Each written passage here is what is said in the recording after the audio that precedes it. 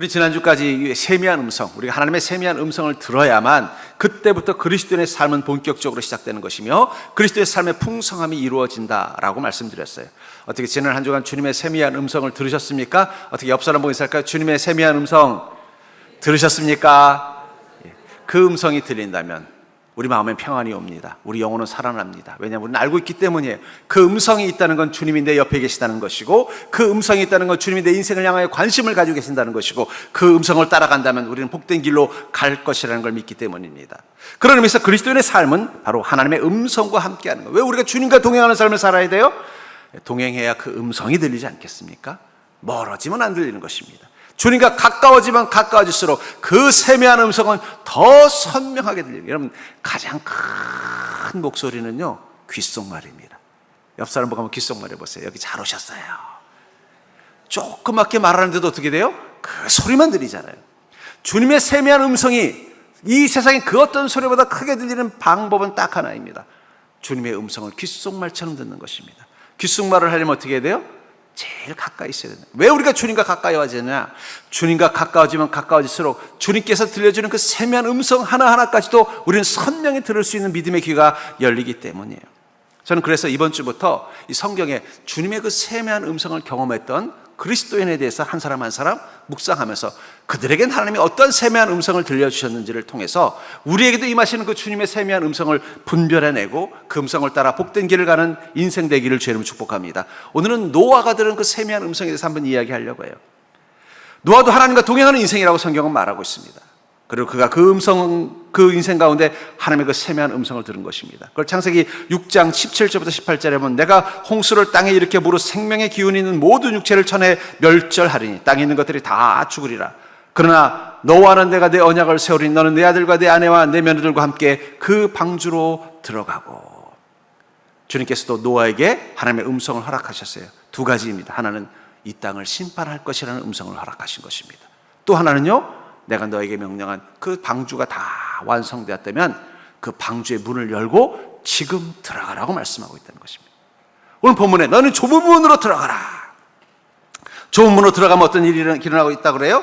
멸망으로 인도하는 문은 크고 그 길이 넓어 그리로 들어가는 자가 많고 생명으로 인도하는 문은 좁고 길이 협착하여 찾은 자가 적음이라. 주님께서 그 노아에게 좁은 문으로 들어가라고 말씀하신 것입니다.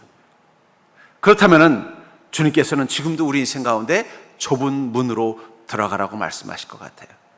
우리나라에 태풍이 불어왔을 때 제가 서울에 꽤 큰 빌딩에 일이 있어서 그 빌딩을 간 적이 있어요. 보통 이 서울의 큰 빌딩들은요, 이 중앙에 있는 현관문이 이 회전문입니다. 회전문이고 옆에 또 자동문이 있고 옆에 쪽문이 하나 있어요. 그날 막 태풍 바람이 얼마나 센지 사람들이 우산을 들고 다닐 수도 없을 정도로 막 우산이 꺾일 정도로 심한 바람이 부는 거예요. 그래서 저도 이제 그 바람을 뚫고 업무가 있어서 그 빌딩에 들어가려는데 회전문을 막아놓은 거예요. 그래서 옆에 있는 쪽문으로 들어가면서 물어봤어요. 이 회전문을 왜 막으셨어요? 그랬더니 바람이 이렇게 세게 불면요, 회전문이 어떻게 돼요? 지가 알아서 돌아간다. 위험하다는 거예요. 그래서 어떻게 돼요? 또 자동문도 다 막아놨어요. 왜냐면 막 이물질이 단화되면서 문이 자꾸 열렸다 닫혔다고 고장이 나니까. 그리고 작은 문을 열어준 거예요. 그때 제가 깨달았습니다. 왜 주님께서 언제 우리 인생 가운데 좁은 문으로 가라고 하실까? 그건 세상에 태풍이 불 때라는 거예요. 하나님의 심판의 징조가 강해질 때, 하나님의 그 심판의 계획하심이 분명해질 때 주님은 우리가 가야 되는 그 길을 어떤 길이라고 말해요? 좁은 문으로 가라. 제가 그때 깨달아, 왜 주님은 넓은 문 놔두시고 이왕이면 찾기 쉽게 넓은 문 만들어 놓고 이 길로 가면 생명의 문이고 이 길로 가면 생명의 길이라고 말씀하시면 좋은데 왜 좁은 문 좁은 길을 만들어 놓으시고 이 길로 가야만 생명을 얻고 이 길로 가야만 구원을 받는다고 말씀하셨을까? 제가 태풍 분 때 보니까 큰 태풍 바람에서는 좁은 문이 안전하다. 그럼 비상구가 큰 문인 거 본 적 있어요? 대부분 비상문은 작습니다.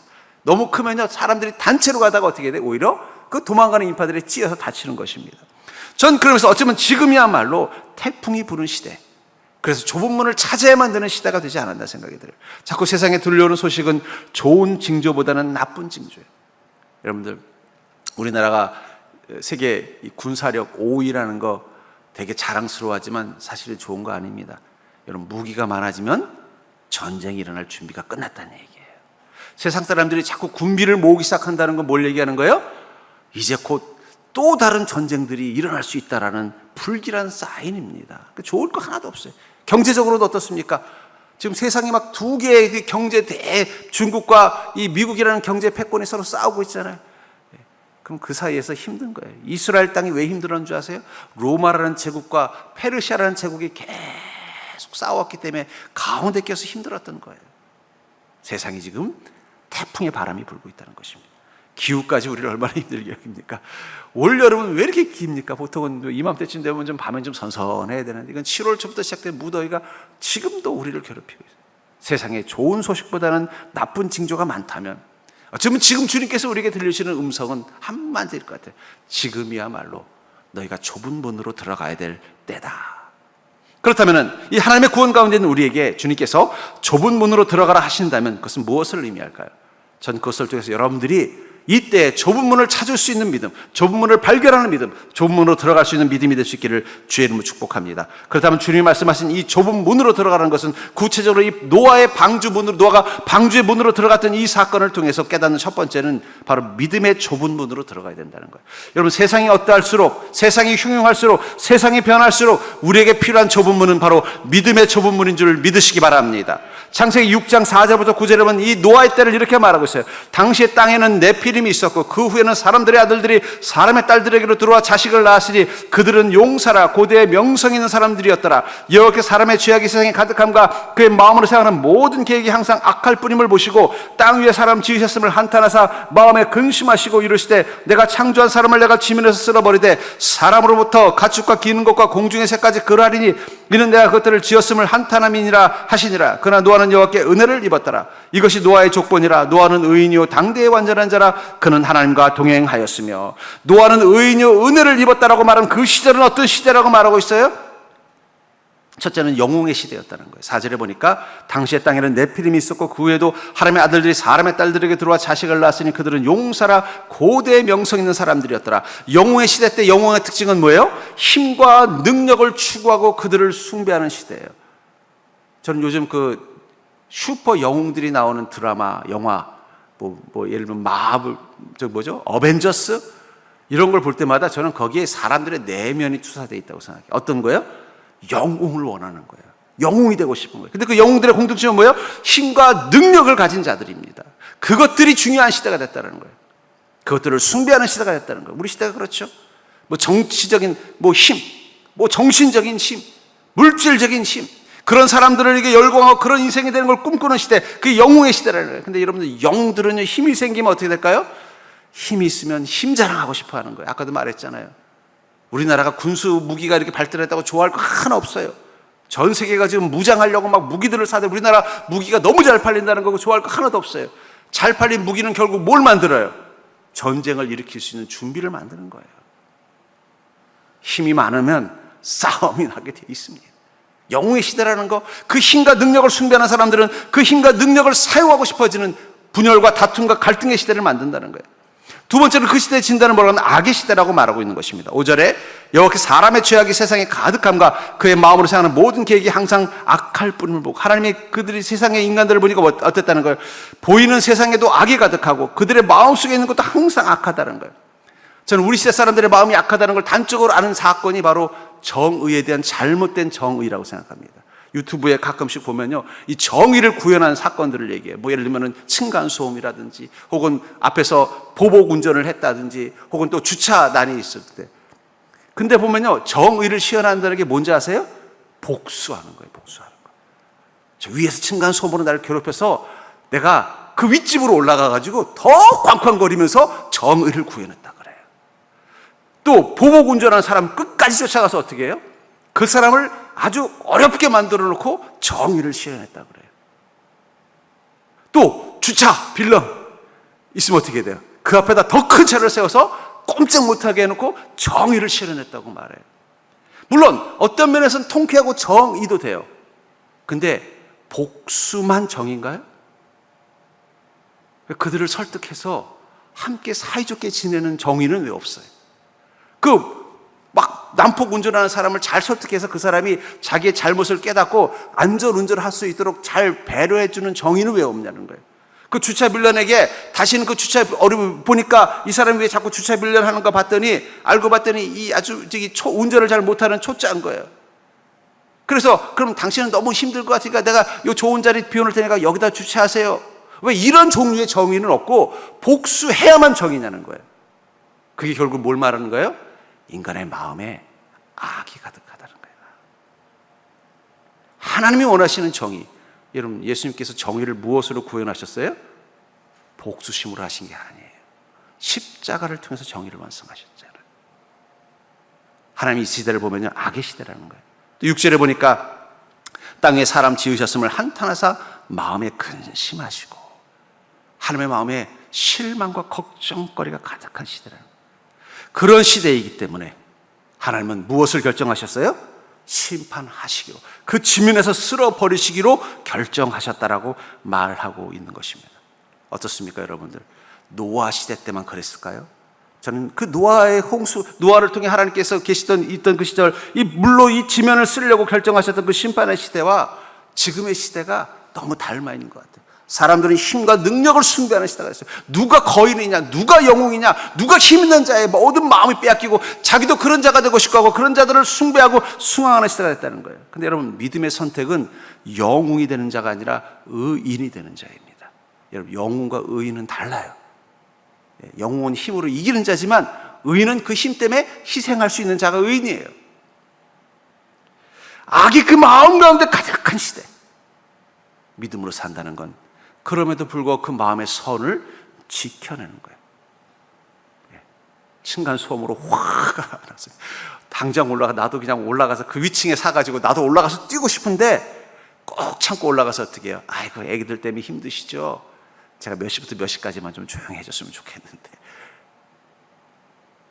악이 아니라 마음의 선을 지키려고 하는 게 바로 믿음의 좁은 문이라는 거예요. 세상을 보면서 근심하고 한탄하는 게 아니라 하나님이 근심하시는 보고 마음 아파서 어떻게 해요? 주님의 기쁨이 되보려고 노력하는 시대. 예. 세상을 보면요, 정말 하나님이 한탄하실 만해, 그렇죠? 아이고, 하나님 화나시는 게 보여요. 그럴 것 같아요. 인간인 내 눈에도 이 세상에 이렇게 걱정 근심거리가 많은데 하나님은 오죽하시겠어요? 그럼 그거 가지고 그냥 걱정만 할 게 아니라 내가 주님의 기쁨이 될 수 있는 게 무엇인가를 고민해야 되지 않겠냐. 그게 좁은 문을 선택하는 것입니다. 분명한 건 우리가 믿음의 선택해서 영웅이 되기보다는 의인이 되기를 원하고, 악을 품는 것이 아니라, 악을 악으로 갚는 자가 아니라 악을 선으로 갚는 자가 되려고 하고, 세상을 보고 한탄하고 근심하는 자가 아니라 하나님의 기쁨이 되려고 노력하는 그 순간 우리는 소수자의 길을 가는 거예요. 그게 믿음의 길이에요. 좁은 문이에요. 좁은 길이에요. 그런 길을 가기 때문에 세상은 우리를 받아주지 않는 것입니다. 그것을 요한복음 7장 7절에 이렇게 말합니다. 세상이 너희를 미워하지 아니하되 나를 미워하나니 이는 내가 세상의 일들을 악하다고 증언함이라. 왜 세상 사람들이 점점 교회에 대해서 또 그리스도인에 대해서 멀리하고 무시하고 또 소외시킬까요? 단순히 교회의 어떤 실수나 문제 때문이 아니라는 거예요. 그들이 추구하는 길과 믿음이 가는 길이 달라지기 시작했다는 거예요. 적어도 한때는 우리가 믿음으로 가는 길이 그들의 길과 닮을 때가 있었어요. 교회 다닌다 그러면 아이고 좋으신 분이네요. 아이고 교회 장로님이라 그러면 야 대단하신 분이네요. 나도 교회 좀 다녀보고 싶은데, 그러던 시대가 있었어요. 어디 가서 목사님입니다 그러면 아이고 그러세요. 나는 예수는 안 믿지만 아이고 목사님하고 있으니까 제가 민망하네, 이런 시대였어요. 근데 목사입니다 그러면 뭐야 이러면서 싹 피해버리는 시대. 다른 길을 가기 시작했다는 거예요. 그런 시대 때 우리는 믿음의 길을 선택할 수밖에 없다는 거예요. 그 믿음의 길을 선택하기 때문에 어떻게 돼요? 그것이 세상으로부터 우리가 버림받은 것처럼 느껴지고 소외당하는 것처럼 느껴지고. 한번 상상해 보세요. 노아가 하나님의 음성을 들었어요. 노아야, 내가 이 땅을 너무 악해서 물로 다 심판하려고 하는데 너는 그것을 위해서 방주를 준비해라. 그 음성을 듣고 노아가 산 위에 가서 방주를 짓기 시작합니다. 사람들이 뭐라 그랬을까요? 아이고 저 노인네 늙어 미쳤나 보다. 치매 걸렸나 보다. 노인네까지는 괜찮은데 그 자식들도 함께 미쳤나 보다 하지 않겠냐는 거예요. 그것도 뭘 짓나, 별장 짓나 봤더니 뭐래요? 방주를 짓고, 배 같은 방주, 물론 방주는 배 기능은 없습니다만 적어도 물 위에 뜰 수 있는 기능을 하는 거예요. 속으로 그랬어요. 아니 그럼 바닷가에 져야지 저 산 위에다 짓나? 미쳤나 보다. 그럼에도 불구하고 노아는 어떻게 했어요? 그런 믿음의 길을, 그 좁은 문을 선택하기 위해서 그들의 무시와 멸시와 조롱거리 가운데서도 묵묵히 어떻게 해요? 산 꼭대기에다가 방주를 지은 것입니다.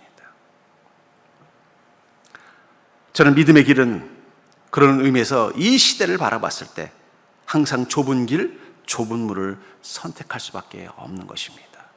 그리고 그 길을 가기 위해서 우리에게 필요한 건 선택의 용기라는 거예요. 전 여러분들이 어떠한 순간에도 그 믿음의 좁은 문으로 들어갈 수 있는 자가 될 수 있기를 주의 이름으로 간절히 축원합니다. 두 번째로 하나님의 구원 가운데는 우리에게 주께서 좁은 문으로 들어가신다는 것은 무엇일까요? 그것은 바로 사명의 좁은 문으로 들어가라고 말씀하신다는 거예요. 창세기 6장 17절부터 20절에 보면 내가 홍수를 일으켜 무릇 생명의 기운이 있는 모든 육체를 천해에서 멸절하니 땅에 있는 것들이 다 죽으리라. 그러나 너와는 내가 내 언약을 세우리니 너는 내 아들들과 내 아내와 내 며느들과 함께 그 방주로 들어가고 혈육이 있는 모든 생물을 너는 각기 암수 한 쌍씩 방주로 이끌어들여 너와 함께 생명을 보존하게 하되 새가 그 종류대로 가축이 그 종류대로 땅에 기는 모든 것이 그 종류대로 각기 둘씩 내게로 나오리니 그 생명을 보존하게 하리라. 이 방주는 누구를 위해서 주님이 지으라고 한 걸까요? 만약에 노아와 그 가족들만을 위해서 지으라고 했다면 방주의 사이즈는 얼마나 하면 될까요? 그 방주가 뭐 몇 년씩 물 위에 떠 있는 게 아니에요. 기껏해야 몇 달 정도만 떠 있으면 되는 거예요. 그러면 컨테이너 박스 하나 정도 크기로 만들면 되잖아요. 그거 만드는 거야 뭐 어렵습니까? 그렇죠? 나무 가져다가 그냥 좀 정성껏 지어도 한 1, 2년이면 만들 수 있는 거예요. 근데 노아가 만든 방주는 그 크기가 축구장 크기만 하다 그래요. 미식 축구장 크기 정도 된다 그래요. 그 정도 만들기 위해서는 노아는 어디다 방주를 지은 거예요? 산에다 지을 수밖에 없었어요. 왜냐하면 그 당시 때 방주를 만들 수 있는 자재가 나무밖에 없는 거예요. 제가 왜 산 위에다 지었나 생각해 보니까 뭐 다른 이유도 있겠지만 자재를 구할 만한데 제일 쉬운 데가 어디예요? 나무가 많은 산인 거예요. 그것도 축구장 크기만한 방주를 만들려면 아예 산 한가운데 숲이 우거진 곳에 있어야만 그나마 방주를 지을 수 있는 것입니다. 거기서 기울어지지 않고 안전하게 지으려면 결국 산 꼭대기에 지을 수밖에 없었던 것 같아요. 그 방주는 노아의 가족만을 위한 것이 아니라는 거예요. 아니, 어쩌면 그 방주에서 노아와 그 가족들이 사용했던 공간은 극히 일부분일 것입니다. 나머지는요, 하나님께서 그곳에 채우라고 한 만물들이 머물 공간이라는 거예요. 그래서 한번 상상해 봤어요. 노아가 그 방주를 지으면서, 아들과 방주를 지으면서 여기는 내 방으로 써야겠다. 거기는 어떻게 지었을까요? 다른 코끼리나 또 사슴이 들어가는 방들은 그냥 대충 아무 나무나 쓰고 거기는 그냥 편백나무로 해가지고 그냥 장식을 멋지게 하고 막 침대도 좋은 침대 놓고 이렇게 했을까요? 아니에요. 주님께서 이 방주를 지으라고 하신 건 나를 위해서가 아니라 하나님이 사랑하는 이 땅의 생명을 위해서라면 더 정성껏 우리야 뭐 좀 구석에서 자도 끄떡없지만 코끼리 잘못해서 뒹굴다가 문자 깨지면 그리 난리다. 아마 코끼리가 들어갈 방은 더 튼튼하고 잘 만들었을 거예요. 왜냐하면 그 방주의 목적은 자신이 아니라 주님이 사랑하는 생명들에게 있다는 걸 알기 때문에. 여러분, 사명은 그런 것입니다. 우리는 다 사명자들이에요. 우리에게는 사명의 지팡이가 있습니다. 마치 모세의 지팡이처럼. 근데 저는 모세의 지팡이를 보면서 그 생각이 들었어요. 이 모세의 지팡이, 하나님께서 왜 하필이면 그가 40년 가까이 쓰던, 아니 뭐 40년까지는 아니지만 양을 치면서 쓰던 그 낡고 보잘것없는 지팡이를 하나님의 지팡이로 바꾸셨을까요? 출애굽기 14장 15절부터 16절에 보니까 여호와께서 모세에게 이르시되 너는 어찌하여 내게 부르짖느냐? 이스라엘 자손에게 명령하여 앞으로 나아가게 하고 지팡이를 들고 손을 바다 위로 내밀어 그것이 갈라지게 하라. 이스라엘 자손이 바다 가운데서 마른 땅으로 행하리라. 그 지팡이, 홍해를 가르던 그 위대한 지팡이를 왜 주님께서는 작고 초라한 노인 그 목자의 지팡이로 만들었을까? 그래서부터 문득 그 생각을 했어요. 그 이스라엘 민족들 중에 지팡이를 기가 막히게 잘 만드는 사람이 하나 있었다고 가정해 볼까요? 보니까 자기들의 지도자인 이 모세가 지팡이를 들어서 홍해를 쫙 가르는데, 홍해를 가는 건 멋있는데 그 지팡이는 보니까 어디 저기 시골 동네 이 나이 드신 분이 가지고 다니는 이 이름도 없는 잡목으로 만든 아주 초라하고 얽히설기 만든 지팡이인 게 보인 거예요. 그래서 모세시여, 우리 민족의 지도자여, 홍해를 가르는 하나님의 권능을 가진 분이 가지고 계신 지팡이 치고는 너무 형편없네요. 제가 최신의 제일 좋은 지팡이를 만들어 드리겠습니다 해서 지팡이를 만들었어요. 그거는 길이 조절도 되고 후레쉬도 되는 거예요. 그래서 밤길에 모세요, 그 지팡이는 이제 모세의 그 사이즈도 안 맞고 또 이 밤길을 갈 때는 하나도 안 비지. 제가 드린 이 지팡이를 가지고 가보십시오. 길이 조절되니까 설 때는 높이 들 수도 있고 피곤하면 앉아서 쓸 수도 있고 또 높은 곳 올라갈 때 낮은 걸을 때보다 길이 조절이 돼서 편하게 갈 수 있습니다. 그리고 여기 후레쉬도 있어서 밤길 갈 때도 좋습니다. 이 지팡이를 쓰십시오 하고 선물을 했다고 가정해 볼게요. 그럼 모세는 어떤 지팡이를 가지고 다녔을까요? 여전히 낡은 지팡이를 가지고 다녔을 거예요. 왜 그렇습니까? 그가 지팡이를 들고 나가는 것은 사명의 길이기 때문에, 그 사명의 길은 사명의 지팡이인 하나님의 지팡이를 가지고 나아가야만 가능한 거지 자기의 만족을 위한 길이 아니기 때문에. 자기의 만족을 위한 길이라면 당연히 어떻게 되겠어요? 길이 조절도 되고 새 거고 후레쉬도 나와서 어두운 길도 갈 수 있는 지팡이를 들고 가야 될 거예요. 그러니까 여러분, 우리가 좁은 길로 간다는 건 사명의 좁은 길로 가는 것입니다. 사명의 좁은 길로 간다는 건 우리가 들고 가는 삶이 불편할 수 있다는 거예요. 제가 전에 알던 청년이 있었는데, 그 청년이 이제 대학교를 졸업하고 한 2, 3년 취업 준비를 하느라고 열심히 취업 준비를 해서 어떻게 직장에 들어갔어요. 그래서 아이고 고생했어, 직장 들어가는 거 힘들었네. 그랬더니 직장 들어가더니 아이고 직장 갔더니 더 바빠졌어요. 왜 그러냐 그랬더니 이제는 직장 들어갔으니까 내가 그동안 못했던 주님 섬기는 일을 하려고 합니다. 그러더니 수요 예배 가고 금요 예배 가고 또 토요일 날은 또 찬양팀 들어가가지고 찬양팀 연습 하루 종일 하고 또 주일날 찬양 연습하고 또 셀 모임 하고 맨날 늦게 들어온다는 거예요. 아이고 그렇게 늦게 들어오면 언제 쉬어? 그러니까 또 월요일, 화요일 또 목요일은 또 직장 가가지고 또 야근을 더 바빠졌다는 거예요. 그 어머님이 얘기해, 아이고 더 바빠져서 얼굴도 못 봐요.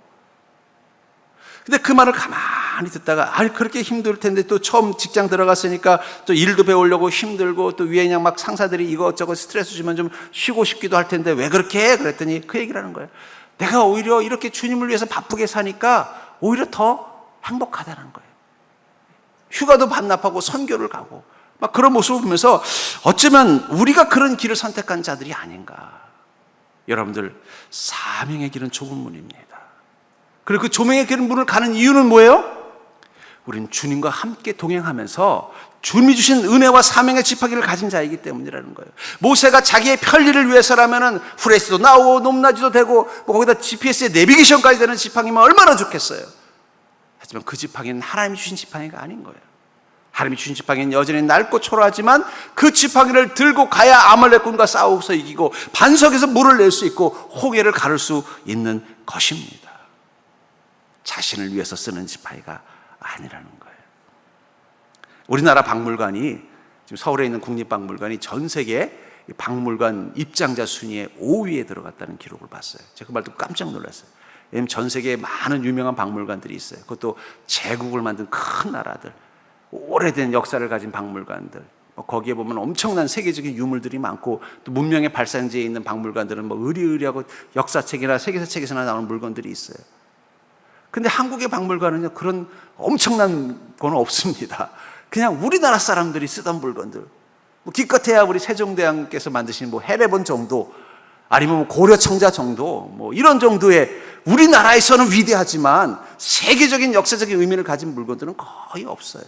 근데 어떻게 500만 명이나 가나? 그렇게 생각하다 문득 이 박물관에 있는 물건들이 뭘까 생각해 보세요. 제가 국립박물관 하도 옛날에 가봐서 기억은 안 납니다만 거기에는 어떤 물건들이 있을까요? 물론 옛날에 왕들이 쓰던 금관도 있을 것이고 이순신 장군과 같은 위대한 장군과 영웅들이 썼던 칼도 있겠지만 거긴 그 시대 사람들이 쓰던 평범한 것들도 가득 있다는 거예요. 그들이 먹던 밥그릇도 있을 것이고 그들이 쓰던 농장도 있을 것이고 그들이 신던 신발도 있다는 거예요. 사람들이 보기에 화려하고 멋진 인생을 산 사람들의 물건들만 있는 게 아니라 그 시대 이름도 없었던 무명의 한 사람, 조선인, 무명의 그 고려인, 무명의 신라인들이 자기 삶 속에서 살았던 것들, 그것들도 그 박물관에 비열되어 있어요. 그 중요한 의미를 갖는 거예요. 근데 만약에 그 시대, 예를 들면 신라 시대 때 어떤 마을이 있었는데 그 마을에 이 살던 한 사람 중에는 자기는 메이드 인 차이나만 좋아하는, 그 당시 때만 해도 이 중국이 지금으로 치면 이제 미국 같은 곳이니까 중국제만 좋아하는 사람이 있었어요. 그래서 자기네 집은 모든 게 다 메이드 인 차이나예요. 그릇도 중국 그릇, 상도 중국상, 옷도 중국제 옷, 집안에 있는 모든 가구들도 다 중국제예요. 그러다가 세월이 지났어요. 그 옆에 사람은 그냥 가난한 평범인이라서 그냥 그 동네 시골에서 또 시장에서 산 그릇들, 그 동네 도공이 만든 그릇, 또 동네 목수가 만든 가구, 이걸 가지고 살다가 하필이면 그 두 집이 다 매몰돼 가지고 수천 년이 지나서 발굴이 됐다고 가정해봐요. 야, 이거 옛날 신라 시대 때 쓰던 물건들인데? 근데 한쪽은 뭐만 있어요? 중국제만 잔뜩 있고 한쪽은 신라제만 잔뜩 있으면 어떤 물건이 박물관에 들어갈까요? 알고 봤더니 그 중국제가 그냥 중국제가 아니라 그 당시 중국에서도 아주 비쌌던 명품이었어요. 그래도 그 물건들은 박물관에 안 들어갈 겁니다. 뭐라고 그럴까요? 아, 이것도 참 귀한 건 맞긴 맞는데 이건 우리나라 박물관에 들어갈 물건은 아닙니다. 이거는 저 중국의 베이징 박물관에 들어가면 몰라도 한국에 있을 만한 의미는 없어요. 근데 옆에 동네 시장에서 산 밥그릇, 동네 목수가 만든 책 의장, 이건 여기 박물관에 있어야 할 가치가 있습니다. 2000년의 역사를 가지고 있는 그 당시 신라 사람들의 생활에 그대로 반영된 물건들입니다. 그 국립박물관에 간다는 거예요. 천국에도 박물관이 있다면 거기는 위대한 그리스도인들의 흔적만 있지 않습니다. 모세가 썼던 지팡이, 베드로가 썼던 신발, 바울이 썼던 펜, 그것만 있는 게 아니에요. 이름 없지만 주님이 주시는 그 사명을 가지고 묵묵히 남들이 보기에는 마치 모세의 지팡이처럼 낡고 초라해 보이는 것들을 붙잡고 그 사명을 위해서 하루하루 살아갔던 그리스도인들, 거기 여러분들의 물건도 있을 거예요.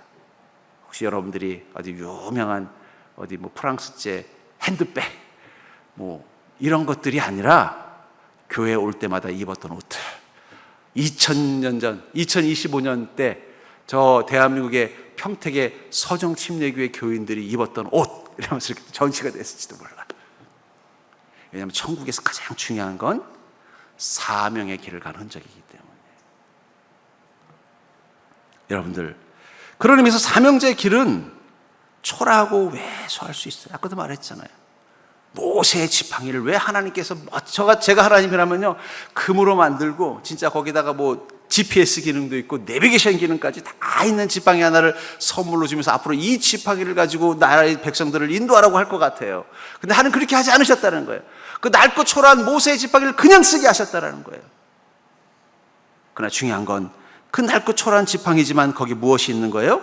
하나님의 권능이 있는 것입니다. 전 그러면서 어쩌면 우리가 이 땅에서 좁은 문으로 간다는 건 우리 인생의 가치를 다시 발견하는 거예요. 여러분들의 인생은 이 땅에 있는 그 박물관에 전시될 물건을 위해서 사는 게 아니라 저 천국의 기록에 남을 인생을 위해서 사는 것입니다. 고린도서 3장 6절부터 7절에 보면 바울 목사님이 이렇게 말씀하시죠. 나는 심었고 아볼로는 물을 주었으되 오직 하나님께서 자라나게 하셨나니 그런즉 심는 이나 물 주는 이는 아무것도 아니로되 오직 자라게 하시는 이는 하나님뿐이니라.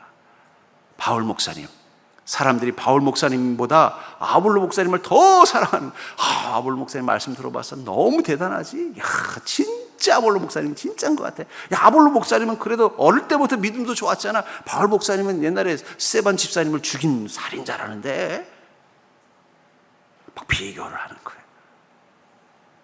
나중에는 아마 어쩌면 아볼로 목사가 더 바울 목사님보다 인기가 많았던 것 같아요. 근데도 바울 목사님 뭐라 그래요? 아, 그게 왜 중요하니?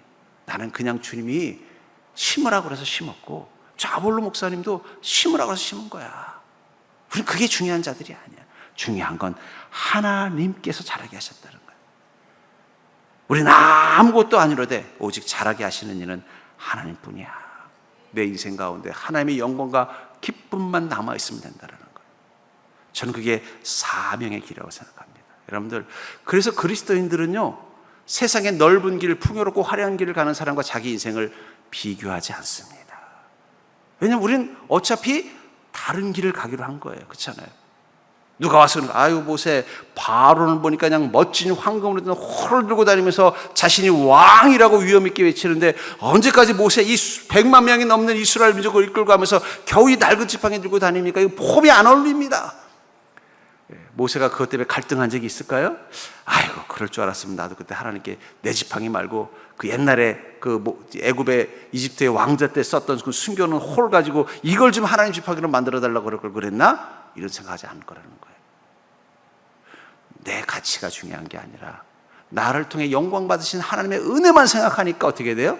다른 인생 보지 않는 거예요. 여러분, 그리스도인이 비교의식을 갖는다는 거, 그거는 우리가 좁은 길을 선택하지 않는 거예요. 세상 사람들은 끊임없이 다른 사람들과 자기 인생을 비교합니다. 왜냐하면 인간에게는 이 집단화의 본능이기 때문에. 인간만이 아니라 모든 동물들이나 생물들은 소위 생존을 위해서 가지고 있는 특징이 뭐냐? 집단화의 경향이 있어요. 무슨 얘기냐? 여러분, 물고기들, 참치들이 혼자 다니지 않습니다. 혼자 다니면 어떤 일이 일어나요? 자기가 자기보다 강한 상어나 고래의 밥이 되기 때문에. 그럼 어떻게 돼요? 떼로 다니는 거예요. 떼로 다니다 몇 마리 잡아먹혀도 나머지는 살 수 있으니까 본능적으로 집단화해요. 그러니까 연약한 생물일수록 특징이 뭐냐? 집단화예요. 예를 들면 사슴 같은 동물들도 어떻게 돼요? 혼자 다니지 않습니다. 집단으로 다녀요. 그래야 이 무시무시한 강한 이 곰이나 사자나 호랑이를 만나도 어떻게 돼요? 몇 마리는 잡혀먹어도 나는 살 수 있기 때문에. 그게 우리 안에도 본능적으로 있어서 자꾸 어떻게 돼요? 집단화의 욕구가 있어요. 집단화의 욕구가 있다는 게 뭐예요? 남들이 하는 거 따라하는 게. 그래야 안정감을 느껴. 야, 남들은 이렇게 산다는데 나도 이렇게 살아야 되는 거 아니야? 그래야만 안정감을 느끼는 게 사실은 우리 안에 있는 이 소위 말하는 본능이라는 거예요. 근데 주님을 만난 뒤부터는 어떻게 돼요? 좁은 길로 가라는 거예요. 다른 사람들을 따라가는 게 아니라 주님과 함께 갈 수 있는 길을 선택하라고 말씀하고 있다는 거예요.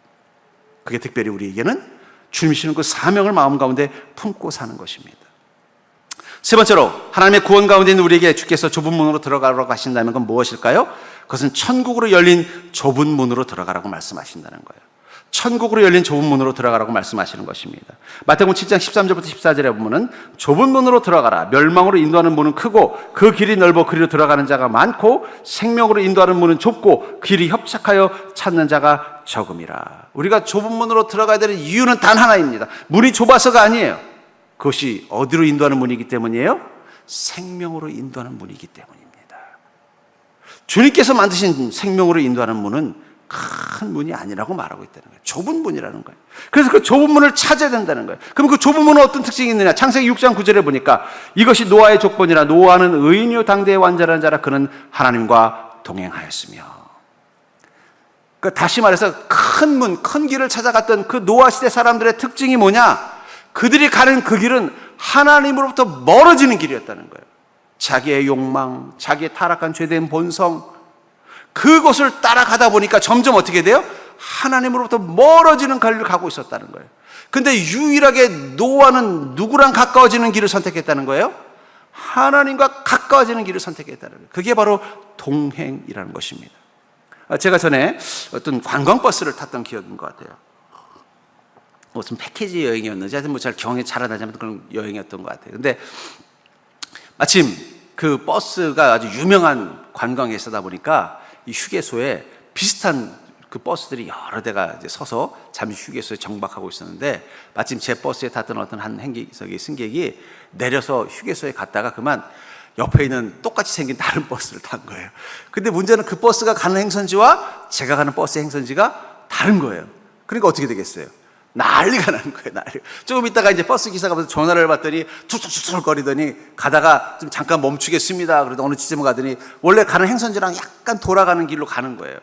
가서 보니까 똑같이 생긴 버스 하나가 내리더니 한 아주머니가 내리면서 아이고 죄송합니다 막 사색이 돼서 올라오는데 보니까 물건 여기 놔두고 딴 버스 타고 갔다가 자신이 사실을 깨달아 와보니까 자기 물건이 없는 거예요. 처음에는 물건이 없어진 줄 알았더니 보니까 자기가 다른 버스를 타고 있다는 걸 아는 거예요. 깜짝 놀라가지고 그냥 막 버스 기사한테 이거 어디로 가냐고 막 하면서 당황해가지고 이제 올라타면서 가다가 가는데 그 버스 기사가 딱 그런 거 한마디 되는 거예요. 이제 분위기가 좀 썰렁해졌죠. 그랬더니 자, 옆 사람 꼭 보시고 내리신 다음에 옆 사람 보고 내리시고 일단 다음번에 휴게소 드릴 때는 옆 사람이 없으면 꼭 말씀해 주세요. 이러고 가는 거예요.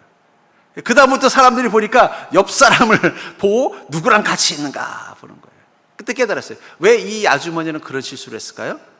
아마 그분도 혼자 왔던 것 같아요. 혼자 오다 보니까 어떻게 돼요? 버스를 순간 착각하니까 다른 버스를 탄 거예요. 근데 같이 간 사람은 헷갈리지 않았습니다. 왜요? 다른 사람이 찾아주기 때문에. 아니랄까 다음 또 내렸는데 보니까 버스가 막 출발하는데 한 사람이 손 들고 지금 저희 옆 사람 아직 안 왔어요. 그러니까 아마 좀 볼일을 보다가 좀 시간이 걸렸나 봐요. 그래서 누가 안 왔어요. 그러니까 기다려주더라고요. 아니랄까 한 사람이 오더니 아이고 죄송합니다 하고 그 버스를 타고 같이 가면서 그때 깨달은 게 있습니다. 우리가 어떤 길을 가냐도 중요하지만 우리가 혼자 가느냐 같이 가냐도 중요한 거구나. 여러분 이 땅에서 좁은 길 좁은 문을 찾는 것은 어렵습니다. 천국으로 가는 길을 찾는 것은 어렵습니다.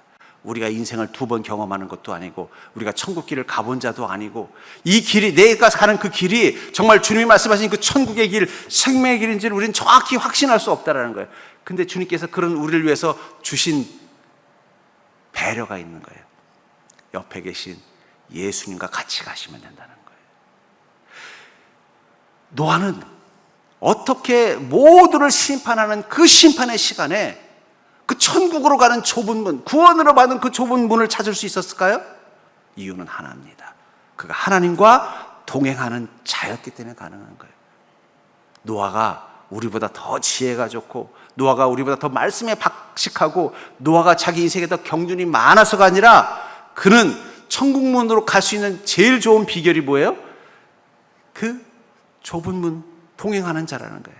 그때 제가 깨달았습니다. 버스가 똑같은 버스가 있어도 헷갈리지 않는 제일 좋은 방법은 기사를 기억하고 있는다는 거예요. 아, 저분이 기사님이시구나. 그럼 그 기사님만 보면 되는 거예요. 그 기사님만. 마찬가지입니다. 여러분들, 우리가 가는 이 길, 여러분들이 가는 그 길이 그 구원의 천국문으로 열린 문인지 아닌지 우리가 어떻게 다 알겠어요? 그래서 주님께서 우리에게 주신 축복이 뭐예요?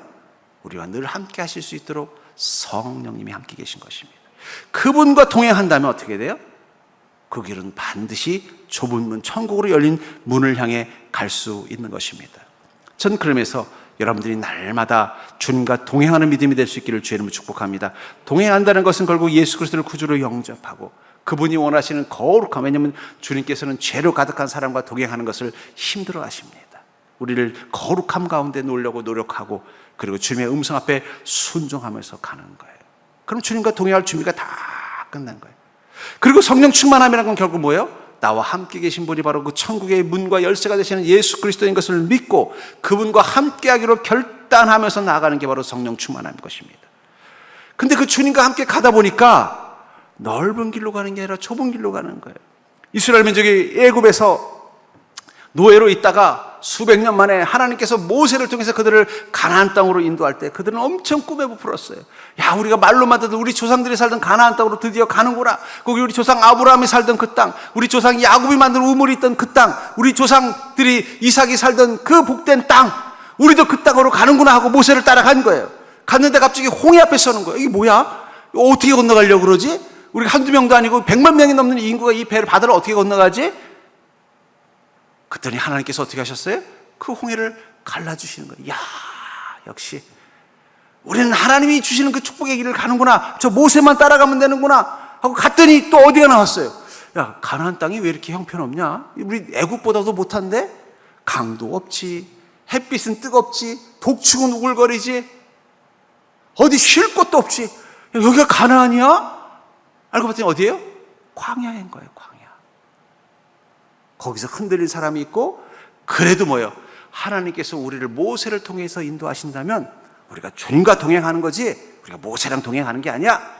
그 마음을 가진 사람은 그 광야도 어떻게 해요? 주님이 가시는 그 길을 따라간 거예요. 인도하시기 위해서 하나님은 어떻게 하셨어요? 불기둥과 구름기둥으로 그들을 인도하셨잖아요.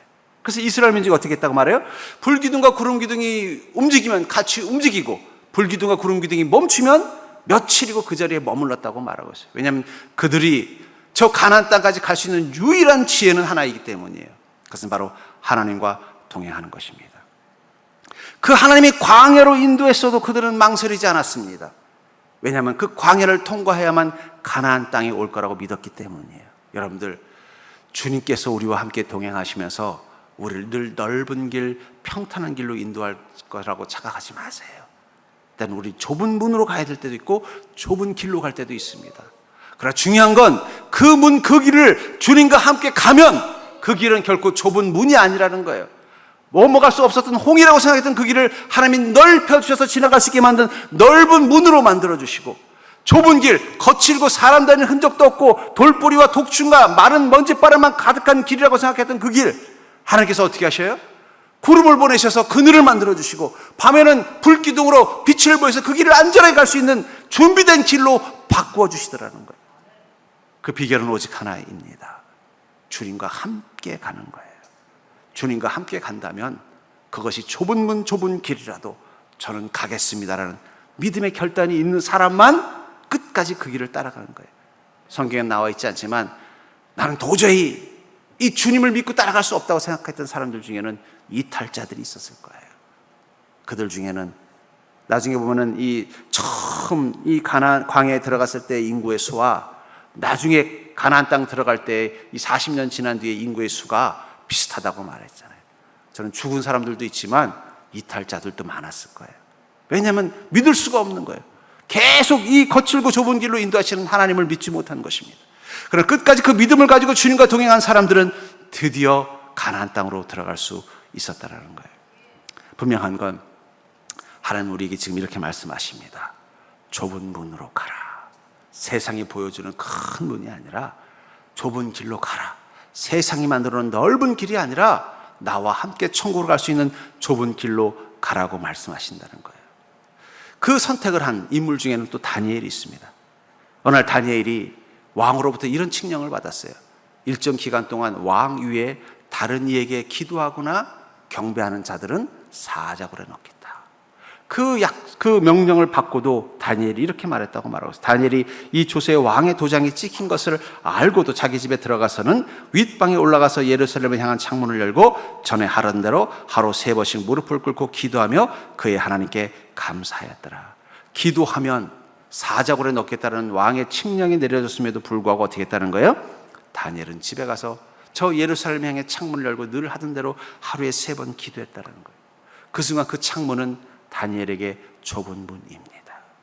기도했는데 전에는 그 창문을 열고 기도하면 저 먼 곳에 있는 것으로 느껴지는 그 예루살렘이 그려지고 하나님이 회복시켜줄 예루살렘 성전이 그려졌어요.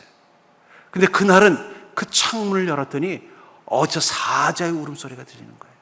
사자 우리가 보이는 거예요. 두려웠을 것입니다. 그래도 그는 두 번째 또 창문을 열고 기도했어요. 그때도 여전히 사자의 울음소리가 들리고 사자의 모습이 어린거리는 거예요. 예루살렘 성전이 늘 그려지고 예루살렘 성전이 늘 보여졌던 그 창문을 열었는데 예루살렘은 보이지 않고 사자의 모습만 보이는 거예요. 그래도 다니엘은 3번째 또 그 창을 열고 기도했습니다.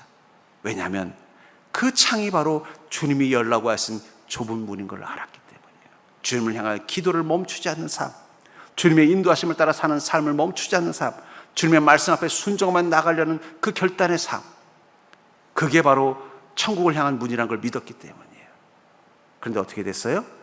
사자굴로 갔어요. 그러나 놀라운 사실을 깨닫습니다. 사자굴로 갔더니 사자들이 다니엘을 해치는 것이 아니라 다니엘을 지켜줬어요. 오히려 어떻게 됐습니까? 다니엘을 죽이려고 그 사자굴에 던지려고 했던 사람들이 사자의 밥이 되어버렸어요. 그 출발은 어디서부터 시작이 돼요? 좁은 문을 여는 믿음. 나는 어떤 순간에도 내 목숨이 위력해 들어온 사자굴에 빠진 것 같은 순간이더라도 주님을 향한 기도의 창문을 닫지 않겠습니다. 주님을 향한 믿음의 순종의 문을 닫지 않겠습니다. 그 좁은 문을 열고 나가는 믿음이 그로 하여금 천국의 문을 열도록 만들어 주신 것입니다. 그런 의미에서 여러분들의 인생의 좁은 문은 무엇입니까? 열고는 싶은데 열었더니 거기 사자가 있을까 봐 두려움. 열고는 싶은데 그 길로 가면 사람들로부터 버림받을 것 같은 그 문. 열고 가고는 싶은데 그 문 열고 가면은 내가 의지했던 사람들과 멀어질 것처럼 느껴지는 그 좁은 문이 있다면 지금 주님께서 이렇게 말씀하신다는 거예요. 그 좁은 문으로 들어가라. 그 문은 생명으로 인도하는 문이다. 전 여러분들이 그 좁은 문으로 들어갈 수 있는 믿음을 가지고 이제는 용기를 내어 주님께서 여러분들의 인생 가운데 열어놓으신 그 좁은 문, 다니엘에게는 그 예루살렘을 향하여 기도하는 창문이었고 노아에게는 그 방주의 문을 여는 것이었다면 여러분들이 열어야 될 좁은 문이 무엇인지를 찾고 이제는 그 문으로 들어가는 믿음, 그 문으로 들어가는 순종의 믿음이 있기를 주의 이름으로 간절히 축원합니다.